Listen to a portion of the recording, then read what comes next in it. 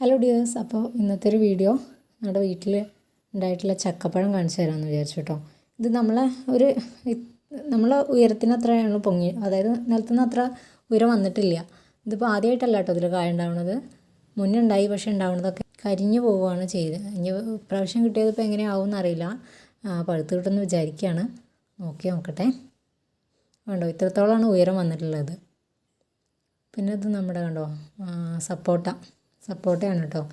ഇതുമ്പോൾ കണ്ടോ ഇങ്ങനെ കായ ഉണ്ടാവും കേട്ടോ. അത്യാവശ്യം വലുപ്പത്തിൽ തന്നെ കായ വരും.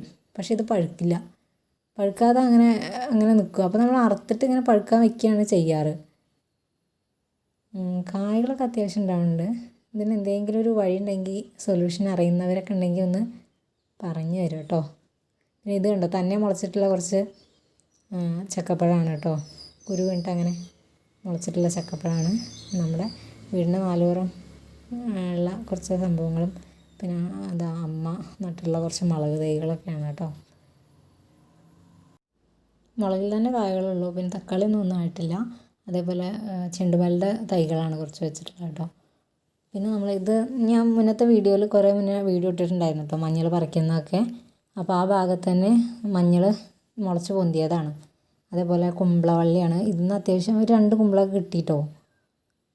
പിന്നെ നമ്മുടെ ചേന കണ്ടോ, തുളസിയൊക്കെ നല്ല കാട് പോലെ പിടിച്ച് പൊന്തിയെടുക്കുകയാണ് കേട്ടോ. വിത്ത് വീണിട്ട് നമ്മളങ്ങനെ പറിച്ച് കളയാതെ അങ്ങനെ നിന്നിട്ട് അവിടെ അങ്ങനെ ഒരു കാട് പോലെ പിടിച്ചു.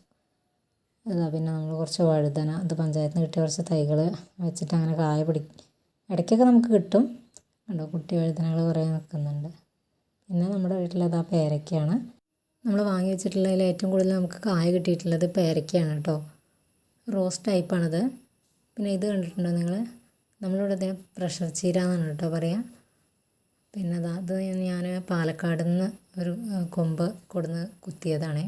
അപ്പോൾ അത്രയേ ഉള്ളൂ വീഡിയോ. Thank you.